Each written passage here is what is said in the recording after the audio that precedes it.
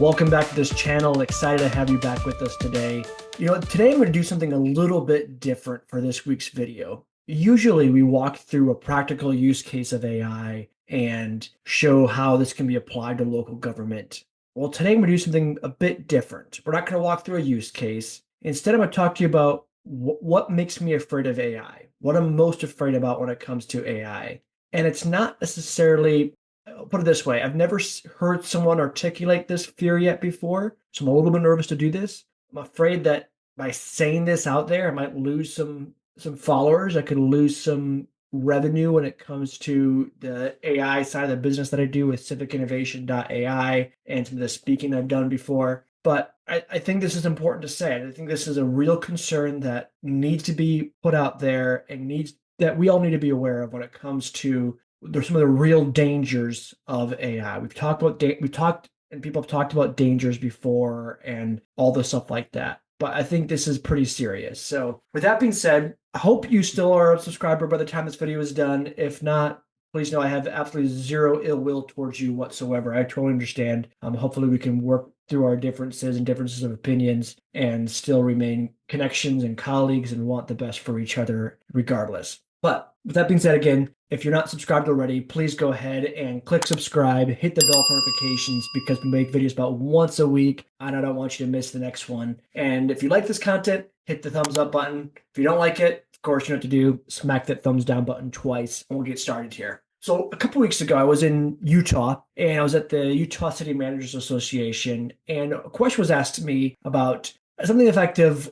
What is my concern about AI? And I think at the time I answered that one of my concerns wasn't in terms of cybersecurity or hallucinations. It was cities not aligning AI to their mission and to their vision and just doing it to keep up with the Joneses kind of thing. And that really is a huge concern of mine. But I would say it's probably not the number one concern as far as if I were to rank concerns of how my level of concern with AI specifically and where AI is going. My number one concern isn't necessarily that. It's still a good concern in terms of adoption and implementation of AI. But I've been thinking about that since that discussion because the fear of AI and what really concerns me, something that's been on my mind really since I started doing AI back in 2020, I guess April of 23 would have been, or when I first started teaching on it. And prior to that, kind of playing around with it with ChatGPT and doing dumb stuff like writing dad jokes and things like that. Over the last year, I've really honed in on what exactly my concern of AI is. And it's this. My fear of AI is AI governance, not the absence of it, but the existence of AI governance.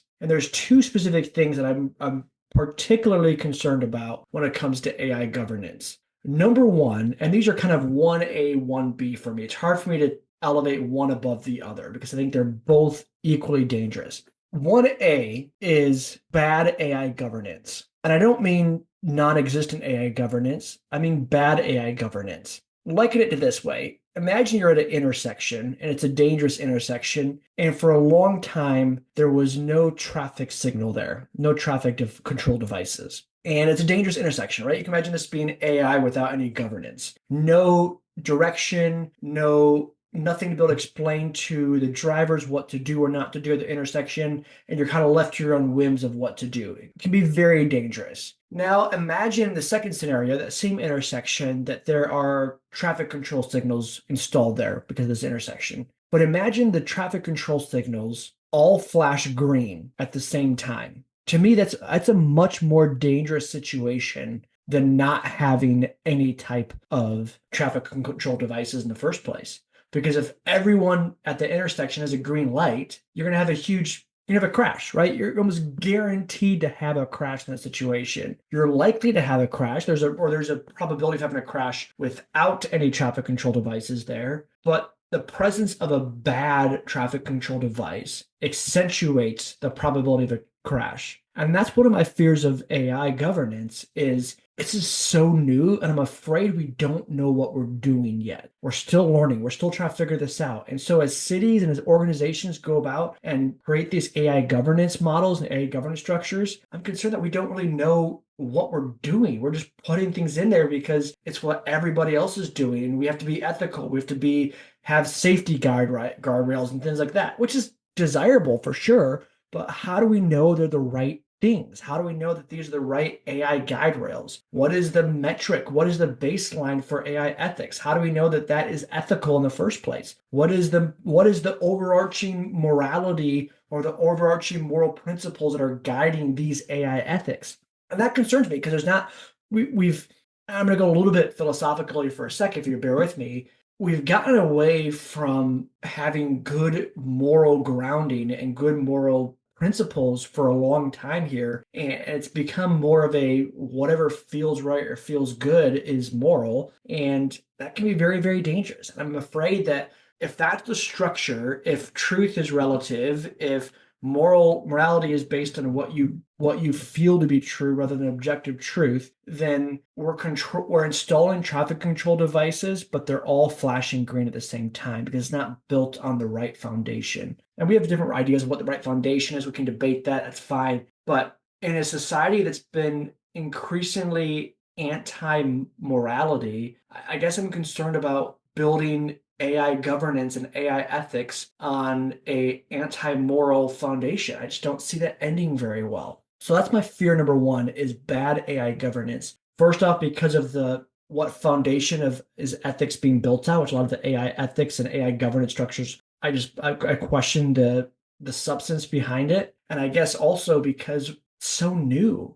Like how do we know what we're talking about, guys? Like there's AI tools are still coming out. There's still these new developments. Claude introduced its computer use. We're looking at agentic AI. It's moving so fast. Someone I saw the other day talked about it moving faster than a cat meme, right? I was like, wow, that's a really great point there. It's moving so fast that layering AI governance on top of this when we don't know what we're talking about, I'm really concerned about where that could go. The second thing I'm concerned about is this, and this is the one that probably might get me in trouble for saying this, but the thing that concerns me the most with AI governance is its implication on our fundamental right to free speech and our fundamental right to making bad decisions. What I mean by that? If you go back, we've had a history. We've dealt with people making bad decisions based on bad information. And the consequences can be quite drastic. Don't get me wrong. I'm not at all trying to diminish the real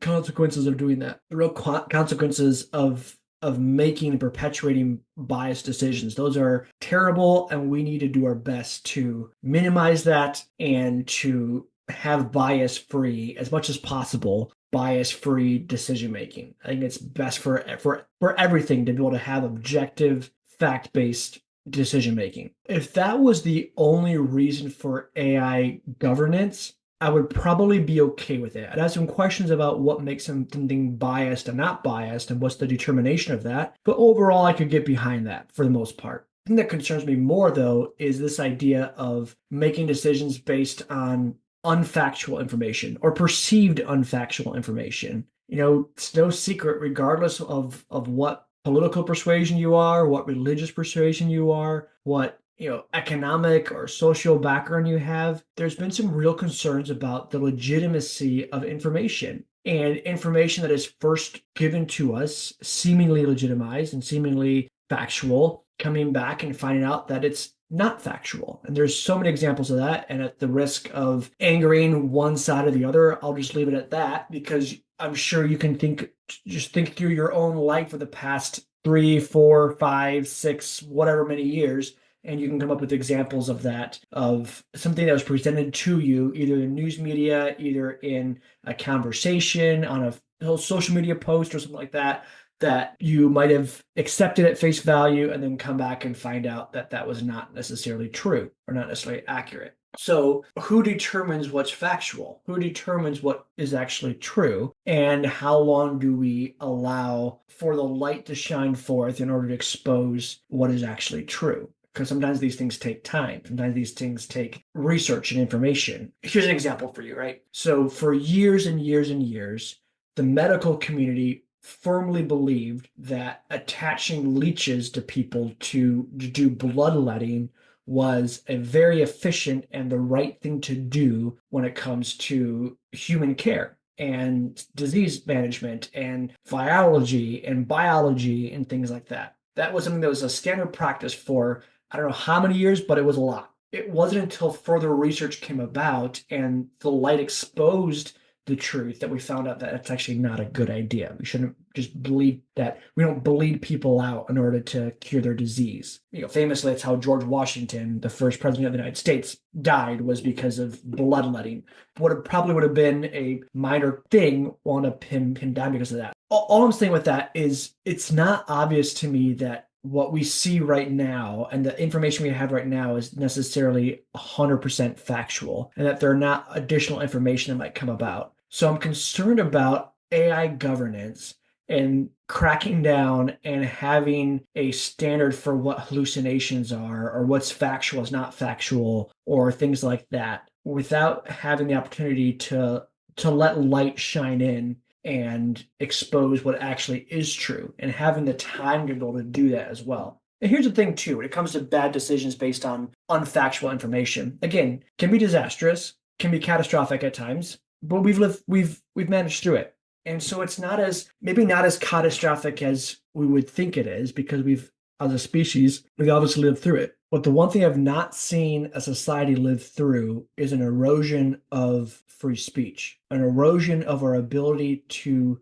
be wrong and learn from being wrong on our own, rather than having a set of governance principles tell us what is right and what is wrong, and our ability to choose what's right and wrong on our own free will, rather than having that chosen for us. I think societies are better when people freely choose what's right and what's wrong, rather than being forced to choose what's right and what's wrong. Now, obviously, what's right and what's wrong can have consequences for that. There should be consequences for that. But fundamentally, we should have the ability to choose for ourselves what's right or what's wrong with the consequences in place of making those decisions. We build in consequences for bad decisions. We don't necessarily preclude people from making bad decisions. If that makes sense. We don't prevent people from making bad decisions. We build in consequences. Again, the intersection idea, going back to that example, there's a consequence for running a red light. It could be a ticket from a police officer, a ticket from a red light camera. It could also be a car crash that happens that is devastating and consequential and things like that. But we allow ourselves to make those decisions because we believe that society operates better when people willingly and freely choose to do the right thing rather than being forced into not doing the wrong thing. And I guess it's one of my concerns with AI is forcing ourselves and creating an obligation to do what is supposedly right at this one time at this time without the ability to really challenge that and think that through and say, okay, what if what we believe right now isn't necessarily right? What if we're in a situation now when it comes to AI, we're so early in the game, so early in this, what if our AI governance is like leeching and that 10, 20 years from now, we're going to look back on this and say, you know what, all our AI governance models were terrible because we were actually doing more harm than good when it comes to AI governance. So I guess those are my concerns is AI governance that's bad, because I think bad AI governance is a lot more dangerous than no AI governance at all. And then AI governance that hurts our ability to make decisions, hurts our ability to choose freely, hurts our ability to freely express ourselves and have freedom of speech and decide things on what we believe is best for ourselves and best for our families, best for our community, based on the information, based on the morals that we have right here, right now, being open and honest and able to understand that what we believe in, while we can hold fast to our beliefs, and we can always understand that there may be new information and new data that comes through that can continually challenge us to rethink what we believe is actually true. That way we're constantly in love with the truth rather than in love with our perception of what we think to be true. So those are my two fears of AI. I know it's, again, some people might look at this and say, you're crazy, or those aren't real concerns, and the dangers of AI are much greater than that. And you could be right. Let me know in the comments below what you think is your greatest fear of AI. I would love to hear from you. Or what do you think of these fears? Right? I guess I'm just concerned about the elements of Marxism and Marxist theology when it comes to AI, and who is really deciding what's ethical and what's not ethical, who's deciding what should be governed, what should not be governed, what is going in these things. And because of that, I'm a little nervous about that. I guess that's what makes me the most concerned about AI is those elements when it comes to deciding what is actually ethical and what should be in AI governance and what shouldn't be. Let me know what you think in the comments below. Again, I might lose some followers, might lose some subscribers as a result of this, but I think it needs to be said. It seems very consequential if we're not careful with creating AI governance and creating AI ethics to understand truly what we are doing and the ramifications for creating AI governance and things like that. Because if we do bad AI governance, it seems a lot more dangerous than no AI governance.